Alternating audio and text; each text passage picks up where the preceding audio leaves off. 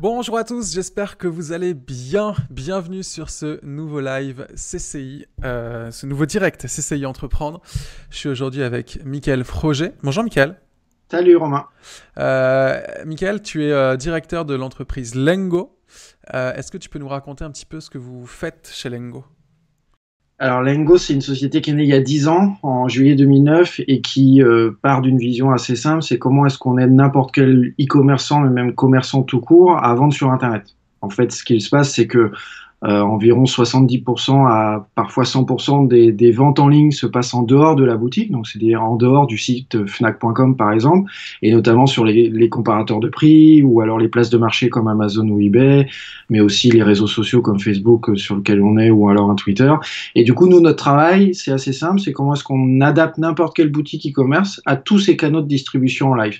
Donc en fait, on aide le petit commerçant du coin à aller par exemple sur les places de marché, ou sur tous les autres réseaux, qui lui permettent, in fine, d'étendre son business et de générer de plus en plus de commandes.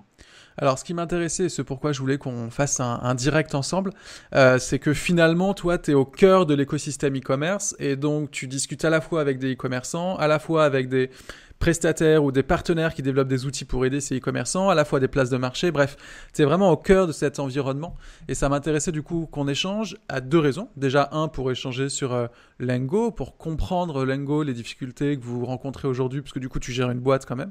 Tu as combien de salariés aujourd'hui d'ailleurs ? 140. Voilà, donc c'est quand même une entreprise et faut gérer ce moment.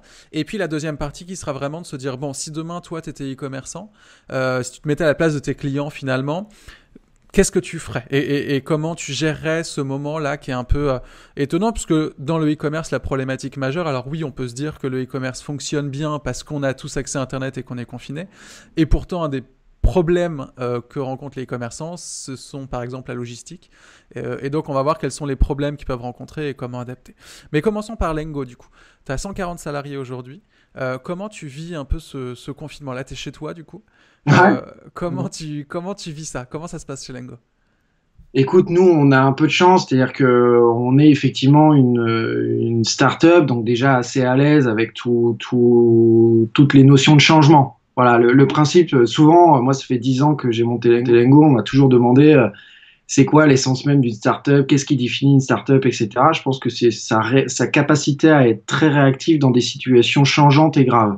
Et je pense que le Covid est un exemple flagrant de changement grave et assez profond. Et c'est peut-être là qu'on va voir que des startups en sont pas vraiment, et peut-être que des grands groupes qui se pensaient non startups vont avoir des notions un peu de startup. Donc nous, on est assez chanceux dans le sens où on a une équipe qui est assez à l'aise avec le home office. On avait mis le home office depuis quelques mois en place. Avant le confinement, moi, j'avais demandé aux personnes déjà 2-3 jours avant de rester chez eux, et s'ils voulaient vraiment venir au bureau, venez. Mais on avait commencé à favoriser le home office. Donc, on a eu une petite semaine un petit peu compliquée. Pourquoi ? Parce que faut savoir que le changement est dur pour tout le monde. Quand vous êtes habitué à aller tous les jours à X heures le matin au travail, etc., c'est jamais simple de travailler chez soi, de changer son salon en bureau, ce genre de choses. Mais dans l'optique, on a été assez rapide sur la mise en place du home office, et globalement, nous, ça se passe assez bien.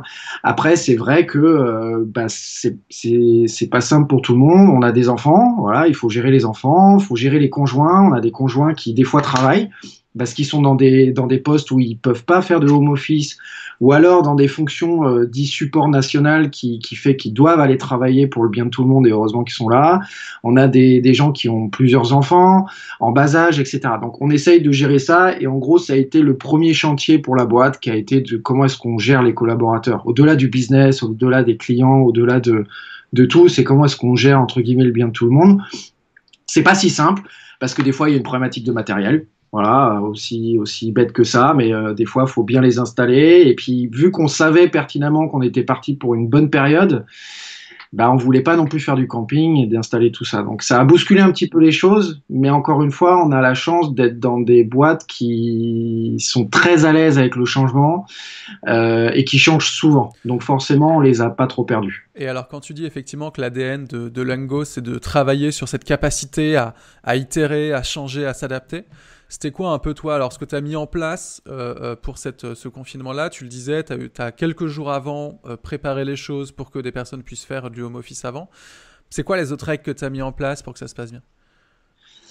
Alors, on a mis des règles sans en mettre, c'est-à-dire que là où il faut faire attention dans cette période-là, c'est qu'il faut s'adapter à cette période, parce que forcément les moyens de communication et de travail diffèrent, hein. Vous êtes obligé de faire de la visio plutôt que de faire des meetings en réel. Après, moi, j'attire l'attention de tout le monde, c'est il faut pas changer les valeurs de la boîte. Et ça, il y a beaucoup de gens qui font un peu cette erreur, je trouve, c'est de dire, ah bah là, on fait une visio, on va se voir tous les jours, on va faire un meeting à 17 heures tous les après-midi, pardon, etc. Alors qu'en vrai, ils le faisaient jamais. Donc en fait, on a essayé d'être fidèle à nous-mêmes, quoi. Donc alors, on avait déjà les outils de visio, donc on a utilisé nos outils.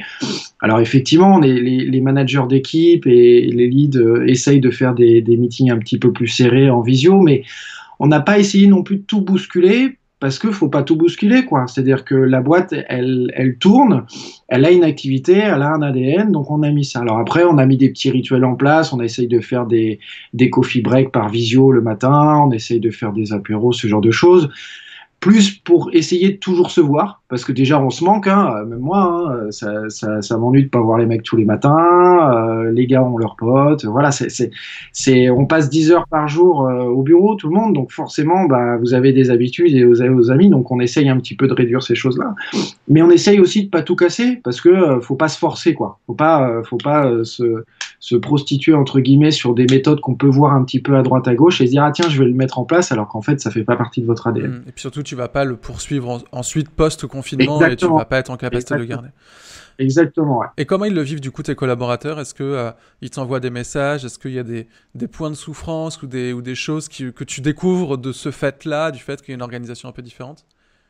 Alors, eux, moi j'essaye encore une fois de communiquer toutes les semaines ou disons que je me force aussi à communiquer quand j'ai des choses à dire, quand j'ai des vraies choses à dire. C'est-à-dire que moi j'ai instauré une communication hyper transparente entre notre activité à nous, mais aussi, on en parlera après, celle de nos clients qui forcément impactent notre activité à nous.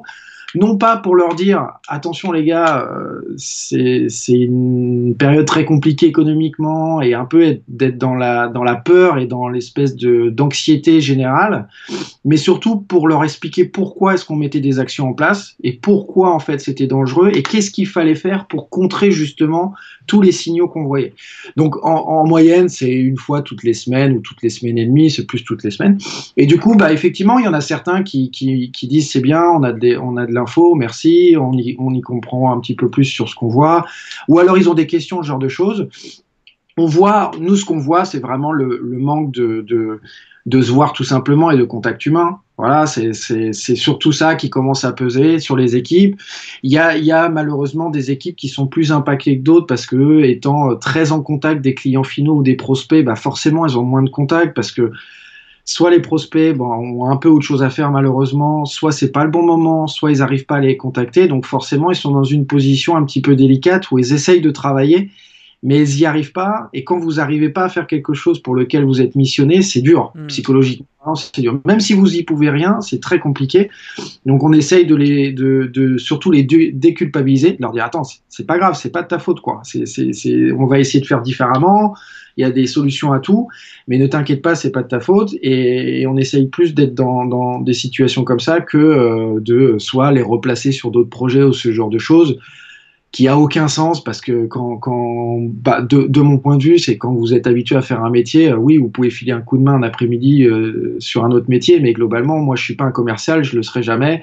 Je peux pas m'improviser commercial demain, quoi. C'est pas comme ça que ça marche. Du coup, ce qui est intéressant, c'est que effectivement, on échange beaucoup sur ce confinement / cette crise qui commence à poindre et à voir un petit peu comment on va se passer. Ce que j'aime bien dans ton discours, c'est de dire, mais en fait, je caricature, mais c'est un peu genre, changez rien, les gars. Ou plutôt, allez chercher les forces que vous avez et amplifier ces forces-là plutôt que vouloir réinventer la roue, quoi. Bah, pour moi, tu vois, je pense qu'il faut rien changer, mais il faut s'adapter. Et le mot changer et adapter est totalement différent selon moi. C'est-à-dire que changer, faut pas casser les valeurs que nous on a mis 10 ans à créer Lengo, des valeurs, il y a des choses qui vont, il y a des choses qui vont pas bien, on le sait pertinemment, il y a des choses à améliorer et autres, mais c'est pas le bon moment justement de tout changer parce que vous prenez un autre risque, en effet millefeuille sur déjà une zone de risque. Et pour moi c'est quand même limite suicidaire, quoi. Vous êtes vraiment dans un truc où vous faites un peu un all-in au poker avec une paire de 2 et c'est globalement compliqué de gagner, quoi. Donc, par contre, il faut s'adapter, ça c'est clair. C'est-à-dire que, bah, effectivement, l'adaptation, si vous étiez dans un métier non digital, entre guillemets, bah, il faut essayer de s'adapter le plus possible pour rattraper un petit peu le temps perdu.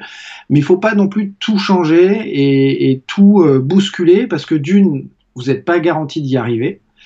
Vous allez de deux complètement bousculer les habitudes dans votre société et surtout dans vos collaborateurs. Et comme tu disais si bien après, c'est quid du retour. Si vous leur dites bon bah c'est bon maintenant on fait plus de visio, on fait plus rien, bah en fait vous passez pour une girouette et ça n'a pas de sens. Donc notre rôle en tant que CEO, il est de gérer complètement tous les orages. C'est notre boulot au quotidien de gérer les orages et surtout d'adapter la société en étant totalement transparent pour les collaborateurs. C'est parfois très compliqué. Mais pour moi, ça fait partie des missions, surtout dans des cas comme ça. Comment tu échanges, toi, avec tes partenaires? Alors, partenaires, ça peut être soit des fournisseurs pour toi, des partenaires, c'est-à-dire des gens qui sont sur ta plateforme et qui travaillent avec des e-commerçants, ou même, alors je sais pas si tu as le droit d'en parler, mais même ton board, comment ça se passe pour échanger avec eux en ce moment? Alors, nous, on a un board, donc un conseil d'administration avec 5 fonds d'investissement, dont la BPI, donc on parle beaucoup. Moi, j'ai toujours un board tous les mois, et là, on a limite un board toutes les 2 semaines en call, etc. Donc, on parle énormément. Pourquoi? Parce que justement, la force d'un fonds d'investissement, c'est qu'il a tellement de boîtes en portefeuille que du coup, il voit beaucoup de choses. Et en fait, il remonte énormément d'infos. Alors, il faut avoir la capacité en tant que CEO de faire un peu le tri, de gérer un peu les pressions, ce genre de choses. Mais il y a tellement d'informations et de bonnes informations que du coup, c'est hyper intéressant. Sur nos partenaires, alors nous, on a peu de partenaires non clients, entre guillemets, donc c'est un peu un mélange des deux. C'est que moi, je fais ce que nous, on appelle du support client tous les jours, c'est que je gère ma plateforme en tant que Customer Success au quotidien, qui me permet justement d'échanger avec les clients. Donc je les appelle, je leur dis comment ça va, c'est quoi les galères en ce moment, est-ce que c'est compliqué, pas compliqué. Ce qui est assez intéressant, c'est que il y a beaucoup de gens qui nous disent bon bah c'est un peu compliqué, mais il y a personne qui nous dit bon c'est la fin du monde. Et en fait ça fait aussi pas mal de bien en fait d'entendre ça parce que bah quand vos clients vous disent c'est pas grave on va y arriver, bah du coup vous dites bon bah vas-y viens je vais t'aider quoi. Et du coup j'essaye de remonter pas mal d'informations et aussi peut-être justement d'adaptation possible pour Lengo. C'est j'essaye de voir quelles sont un peu leurs problématiques du moment pour voir si oui ou non on peut y répondre ou est-ce qu'on peut leur rendre un service quoi. Parce que nous, on n'est pas dans une boîte où on est capable de créer des masques demain ou de faire du gel hydroalcoolique, hein, comme on a vu un peu partout. C'est-à-dire que même j'ai vu ça hier soir, même les écuries de Formule 1 font aujourd'hui Ah des... ouais? Ok. Ouais, ils font des respirateurs, truc de Ok. dingue quoi. Voilà. Donc nous, on n'est pas capable de faire ça, hein. Moi, je peux pas transformer les collaborateurs en physiciens ou en gars qui vont faire du gel hydroalcoolique. Par contre, si on peut les aider par X ou Y raison, on essaye de le faire.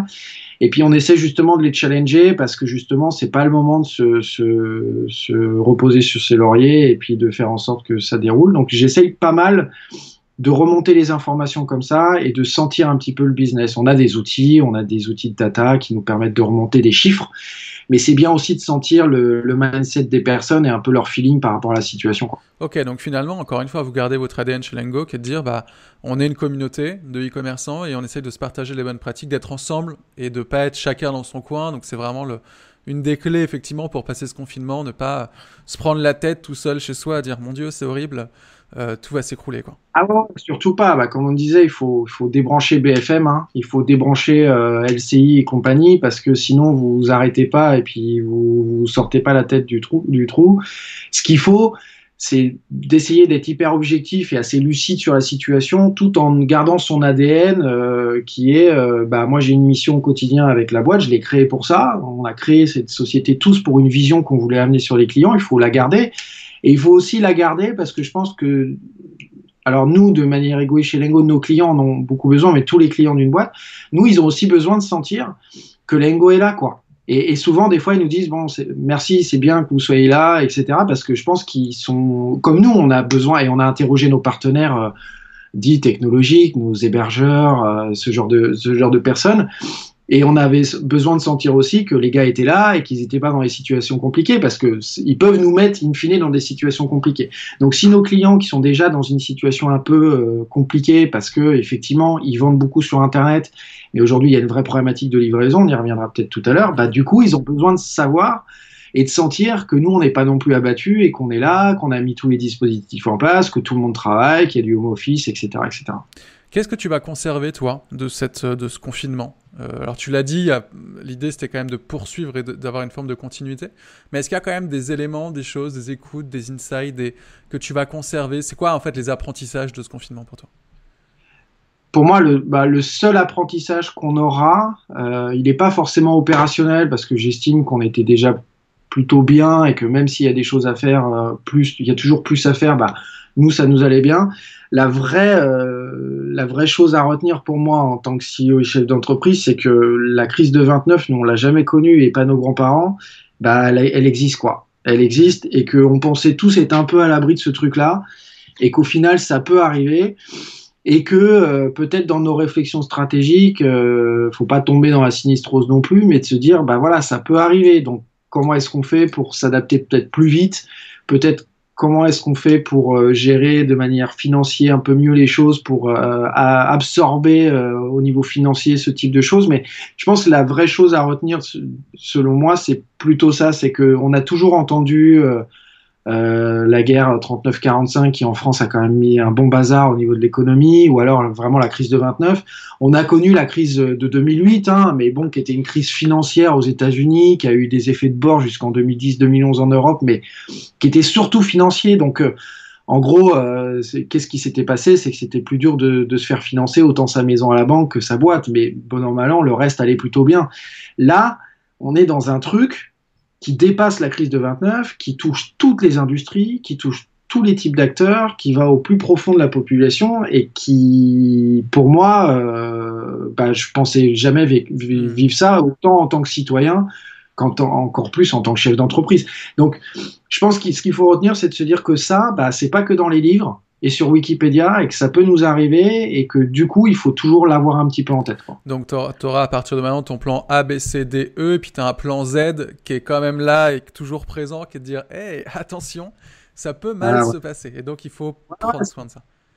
Ouais, et puis en plus, on voit les effets de bord de la mondialisation. Donc, forcément, faut réfléchir aussi au niveau stratégique international, de se dire voilà, si jamais on est trop présent dans une zone qui est hyper impactée, comment est-ce qu'on peut élargir les zones? Moi, j'ai une pensée émue pour tous les gens qui faisaient leur business quasiment à 100% en Espagne et en Italie, par exemple. C'est vrai que pour eux, là, c'est une vraie question. La boîte, elle est terminée. C'est même plus une question, parce que là, moi, je considère qu'après 3 semaines, quasiment les dés sont joués pour la plupart des boîtes au niveau financier. C'est-à-dire que les impacts, ils sont aujourd'hui, c'est-à-dire que vous allez les sentir tout le long de l'année, mais c'est impossible à rattraper ça, ce qu'on est en train de vivre, et c'est pour certains quasiment la fin, c'est juste une question de temps. Pour d'autres, on va passer près du sol. Pour d'autres, ça va être une année un peu noire, etc. Mais je considère que financièrement, le mal, entre guillemets, est déjà fait pour une bonne partie des boîtes. Et que maintenant, c'est quel curseur on met, quoi. Est-ce qu'on est capable de rattraper un petit peu le tir? Est-ce qu'on est capable de limiter la casse? Est-ce qu'on est capable pour certains, on a vu certains de nos clients faire énormément de croissance parce qu'ils ont profité de la situation, quoi, tout simplement. Tu me disais que les vendeurs de tondeuses à gazon étaient en croissance exponentielle. Ah ouais, nous on a des mecs qui ont fait 300 à 500% de croissance parce qu'ils vendaient des tondeuses, parce qu'ils vendaient des tapis de course, des home trainers pour le vélo.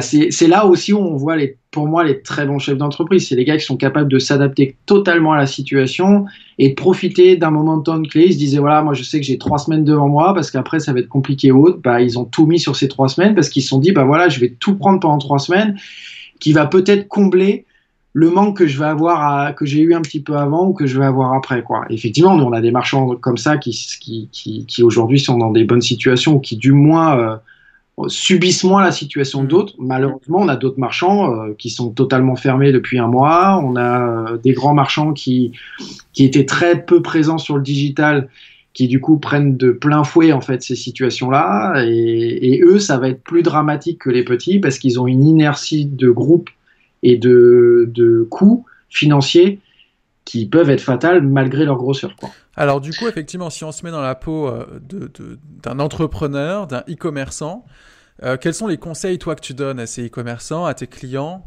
quand tu les appelles pour les rassurer, pour les accompagner, pour essayer d'être présent avec eux? Alors, déjà, nous, ce qu'on observe, c'est que ça consomme. Ça consomme beaucoup. C'est-à-dire que on a vu dans la première semaine et demie, bah, comme ce qu'on voyait à la télé, quoi, les gens qui achetaient 3 caddies de PQ, et ben nous, on a vu des gens qui s'achetaient limite 3 tondeuses, quoi. Voilà. Donc, on a vu une surconsommation où, en moyenne, sur le mois dernier, on a plus 30% de consommation de ce qu'on voit habituellement sur les 6 derniers mois. C'est Donc, énorme. on voit ce qui est énorme au mois de mars, ce qui est beaucoup au mois de mars. Donc, c'est pas hésiter parce que les gens consomment. Et effectivement, bah, même si là on commence à rentrer dans la pyramide de Maslow où en fait bah, les gens ils commencent à consommer vraiment le besoin naturel et vraiment ce qui est hyper important. On rentre dans les besoins physiologiques là. On rentre dans les. Ouais, voilà exactement. Mais n'empêche que bah, c'est aussi le bon moment pour se faire plaisir. Et moi le premier, j'ai vu des trucs, bah, peut-être que j'en avais pas besoin, mais ça m'a fait plaisir de m'acheter un truc, quoi. Donc faut pas hésiter à y aller parce que bah, même si c'est un peu compliqué, bah, aujourd'hui ça consomme.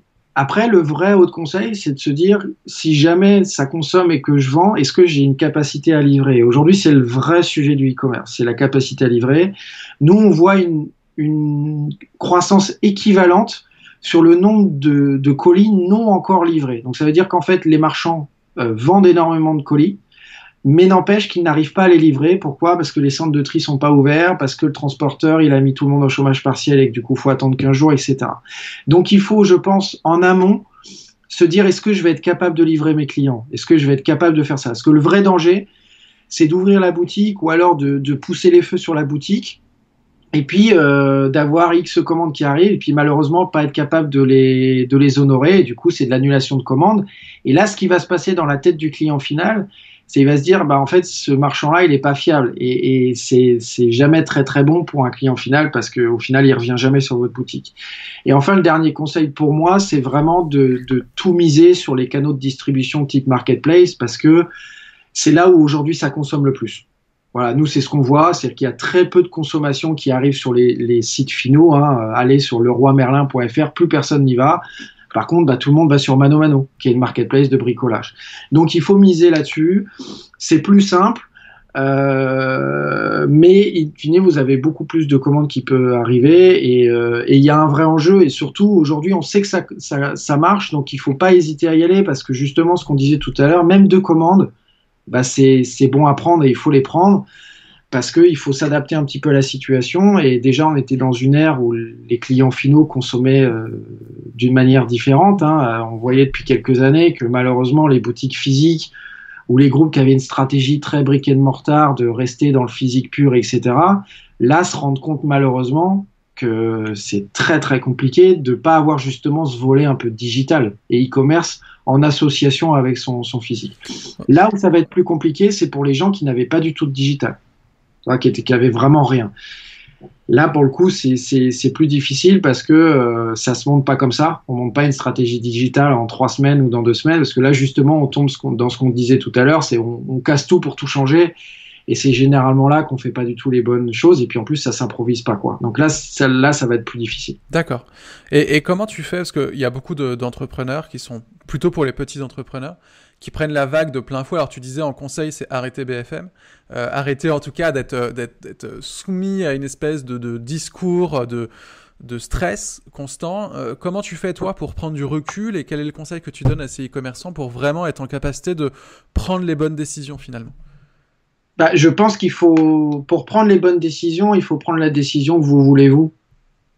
Voilà. Et pas subir cette décision. Donc, effectivement, moi, je dis ça, c'est très caricatural, mais je regarde BFM tous les matins, je regarde tout ce qui bouge parce qu'il faut être au courant de tout, parce que justement, vous allez vous adapter en fonction de ce que vous allez entendre et autres.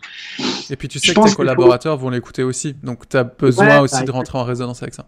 Ah bah c'est pour ça ce qu'on disait tout à l'heure, où ça force la communication obligatoire, parce que nous, on sait qu'ils regardent tout. Donc, quand ils voient des choses passer, et puis en plus, ce qu'il faut savoir, c'est que chaque boîte est différente déjà dans un même secteur, chaque secteur est différent, chaque industrie est différente. Donc forcément, la vérité que BFM va diffuser de manière générale par la ministre, n'est pas forcément la vérité de votre industrie ou de votre société parce que vous avez décidé autrement. Donc, moi, le conseil, c'est déjà, c'est pareil, changez pas. Ne changez pas, vous, votre habitude de chef d'entreprise qui était de s'organiser comme ça, de gérer comme ça, de prendre cette décision comme ça, d'avoir ce caractère-là. Euh, et aussi, je pense qu'il faut apprendre à déculpabiliser les choses, de pas non plus bosser 20 heures par jour parce que je suis le capitaine de navire, il faut que j'y aille, il faut que je trouve une solution, je trouve une solution. Je pense qu'il faut travailler, ça c'est une évidence, mais nous, c'est notre essence même, on fait pas ça sans aimer travailler de toute façon. Et je pense qu'il faut se forcer aussi, ou alors ne pas culpabiliser de faire ce qu'on aime, quoi. Si vous aimez bouquiner 2 heures par jour, bouquinez 2 heures par jour, ne bossez pas les 2 heures que vous aviez habituellement.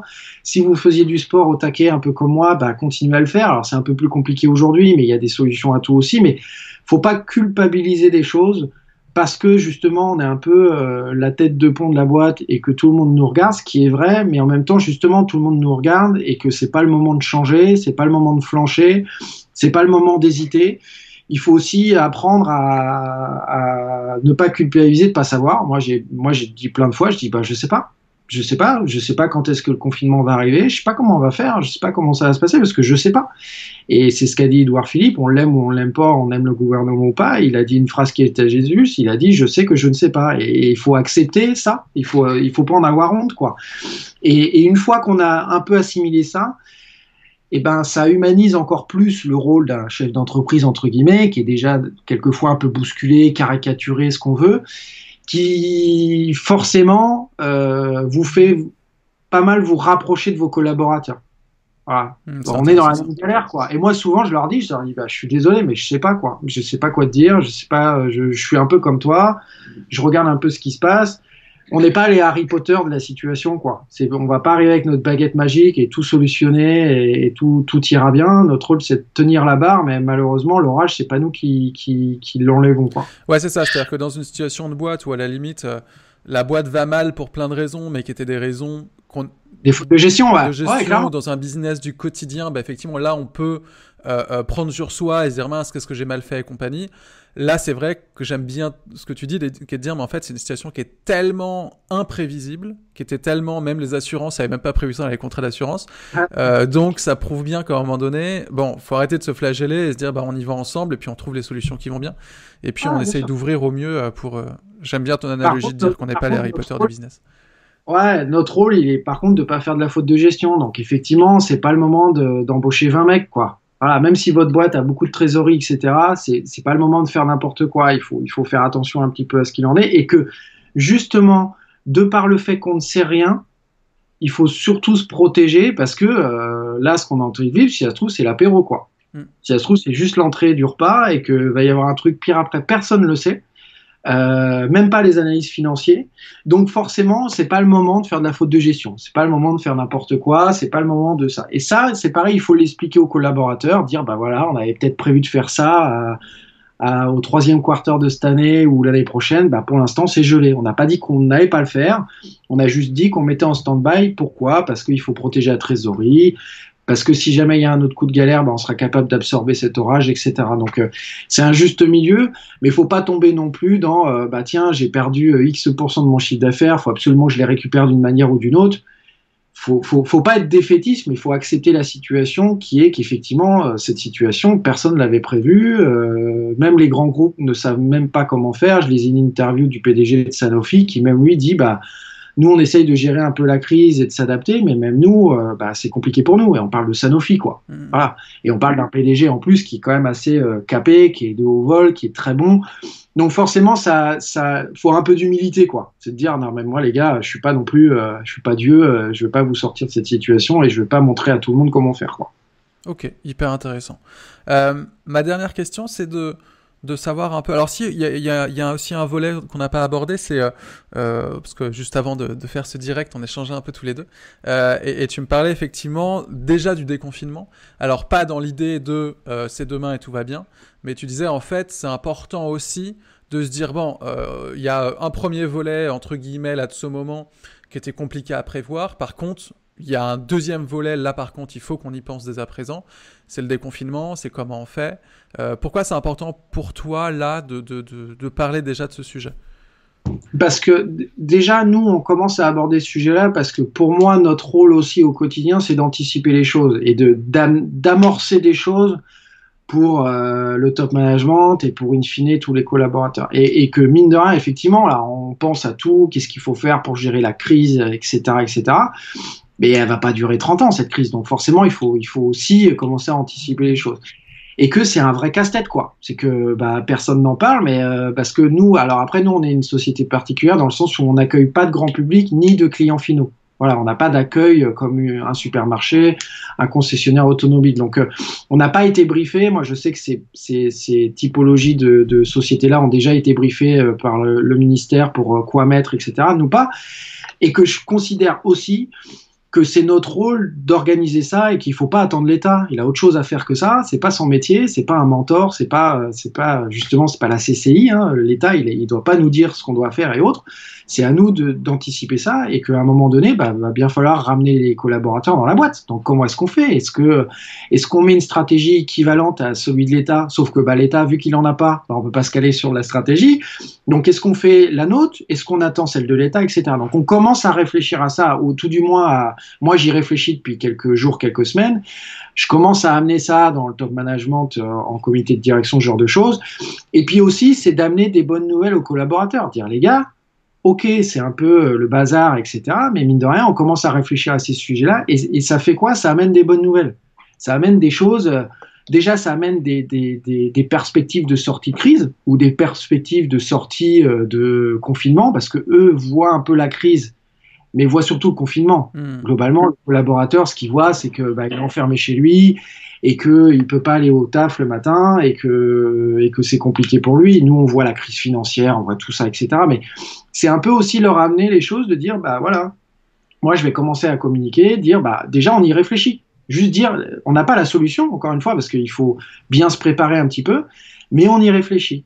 Et c'est pareil, c'est un peu comme le gouvernement, c'est tout le monde dit, ah, mais on sait toujours rien, etc. C'est normal, ils savent pas comment faire, mais au moins que le mec nous dise, on y réfléchit, on a des scénarios, bah, ça fait un peu du bien parce que tu te dis, s'ils y réfléchissent, ça veut dire que ça peut arriver, que c'est peut-être pas dans 2 jours, dans 2 semaines, mais au moins que ça arrive, etc.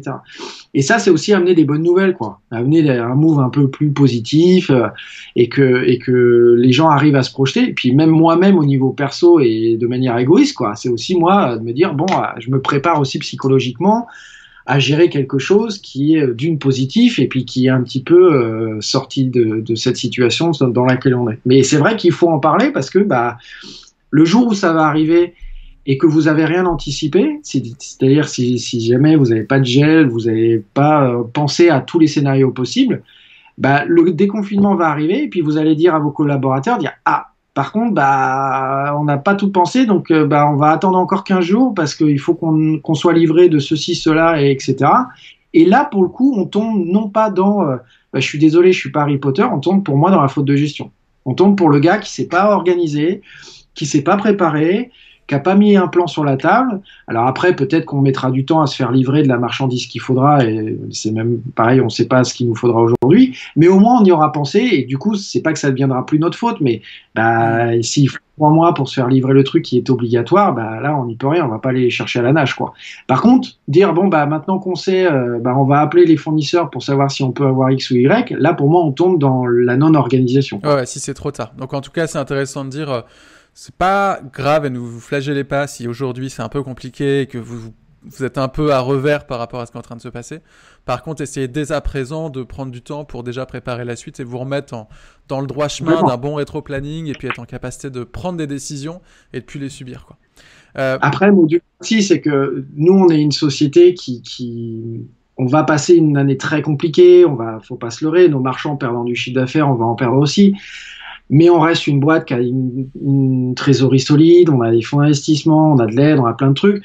J'ai quand même une grosse pensée pour ceux où c'est quand même plus compliqué, quoi. Voilà, c'est un peu facile aussi pour moi et je l'entends de dire, vous inquiétez pas, ça va bien passer la crise. Il y a des gens qui malheureusement, ils savent pas s'ils vont passer la quinzaine du mois. Pour eux, c'est plus compliqué. Le seul conseil que j'ai peut-être à leur dire, c'est bah, appeler d'autres gars de votre industrie, même des concurrents, appelez-vous, quoi. C'est la guerre, là. Bah, même si on chatouille un peu sur le marché, bah, on devient un peu copains pour se parler, de se dire les choses. Et je pense que eux, justement, c'est le moment de prendre les bonnes décisions, mais de les prendre rapidement, pour le coup, peut-être plus rapidement que nous. Et que là, faut pas hésiter justement à ne pas être seul. Voilà, et de dire non, mais là, j'ai vraiment besoin d'aide parce que sinon, je suis pas bien à la fin du mois. Et faut pas hésiter, je pense, un conseil à appeler. Les concurrents, on y pense rarement parce qu'on a une notion de guerre, mais c'est généralement ceux qui vous comprennent le mieux. Hein. Voilà, parce qu'on est dans le même marché, on a généralement des boîtes assez similaires, avec une histoire assez similaire, et qu'on est dans le même bateau, et qu'à un moment donné, c'est rien de se donner deux conseils sur comment tu vas gérer la situation. C'est pas ça qui va changer la stratégie de la boîte et son avenir. Ouais, et puis c'est à un moment donné aussi d'avoir une vision marché et pas seulement une vision personnelle, quoi. Super. Mickaël, ma dernière question, c'est est-ce que toi, tu as des ressources, des contenus, des choses ou des choses que tu fais qui te permettent, toi, de prolonger un peu et de prendre du temps pour toi? Alors, comme je disais tout à l'heure, je pense qu'il faut pas changer. Il faut faire ce que vous aimez faire. Voilà. Alors, effectivement, si vous faisiez du bateau tous les week-ends, c'est un peu compliqué.